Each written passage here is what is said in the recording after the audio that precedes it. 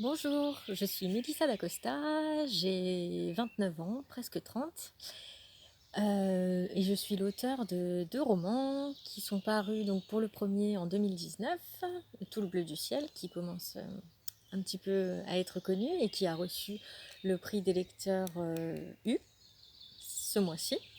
Et mon second roman qui est sorti en février 2020, juste avant le confinement, et qui s'intitule Les lendemains. Et celui-ci est paru aux éditions Albin Michel. En dehors de l'écriture, qui est pour le moment une passion, j'ai un autre métier, je suis chargée de communication. Donc récemment, j'ai été chargée de communication en collectivité dans une mairie. Et j'espère pouvoir très vite vivre de ma plume et ne faire plus que ça. Alors, quel est mon thème d'écriture? Le thème qui revient dans tous mes romans, c'est vraiment celui de la résilience.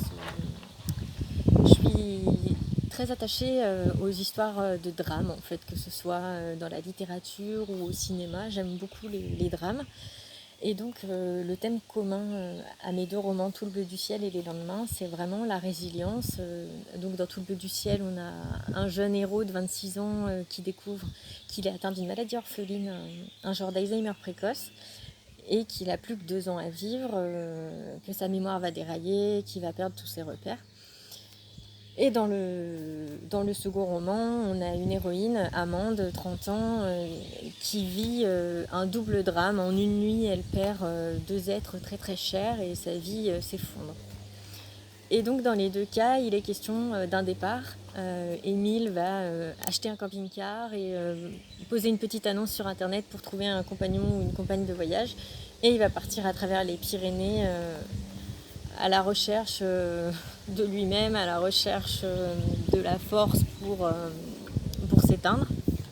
Et Amande, elle, va partir s'isoler dans une maison en Auvergne, une vieille maison coupée du monde, et c'est là-bas qu'elle va se reconstruire. Donc vraiment, on a des chemins de vie dans les 2 cas, un drame et la résilience qui est là au bout du chemin. Alors, qu'est-ce qui m'a poussée à écrire? Eh bien, en fait, je ne saurais pas vraiment répondre à cette question pour la bonne et simple raison que j'écris depuis toute petite. En fait, j'étais en CP, j'apprenais tout juste à former des mots, que j'inventais des phrases qui sont devenues des poèmes, des contes pour enfants, des romans plus ou moins aboutis. Ensuite, à l'époque du collège, au lycée, j'ai continué. J'écrivais des romans à 4 ou à 6 mains avec des amis de lycée, donc c'est quelque chose que j'ai toujours eu. Donc je sais pas, ça doit être quelque chose qui est là en moi, une passion qui me vient de naissance, j'imagine. Et comment j'ai été publiée du coup? Tout simplement, alors j'avais déjà écrit 2 romans avant Tout le bleu du ciel, que j'avais déposés sur Amazon et qui se sont retrouvés perdus dans le flot de milliers de livres auto-édités ou non sur Amazon.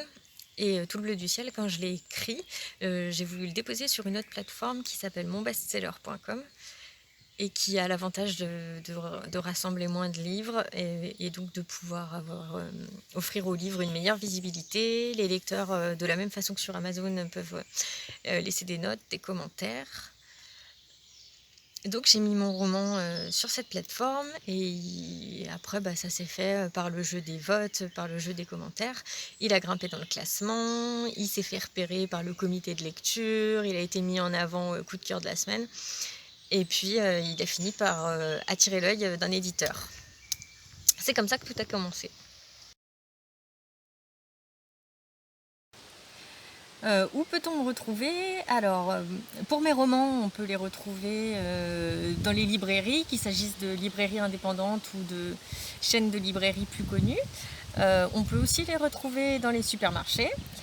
Et puis où on peut me retrouver moi? Alors j'avais beaucoup de dates de salons, de dédicaces, de rencontres de prévues. Bon, comme vous le savez, avec le Covid, il y a eu beaucoup d'annulations, mais les événements littéraires devraient reprendre en septembre, octobre et novembre. Donc je serai sûrement sur des salons en septembre, en octobre. En tout cas, je communiquerai tout ça sur les réseaux sociaux, donc ma page Facebook et ma page Instagram.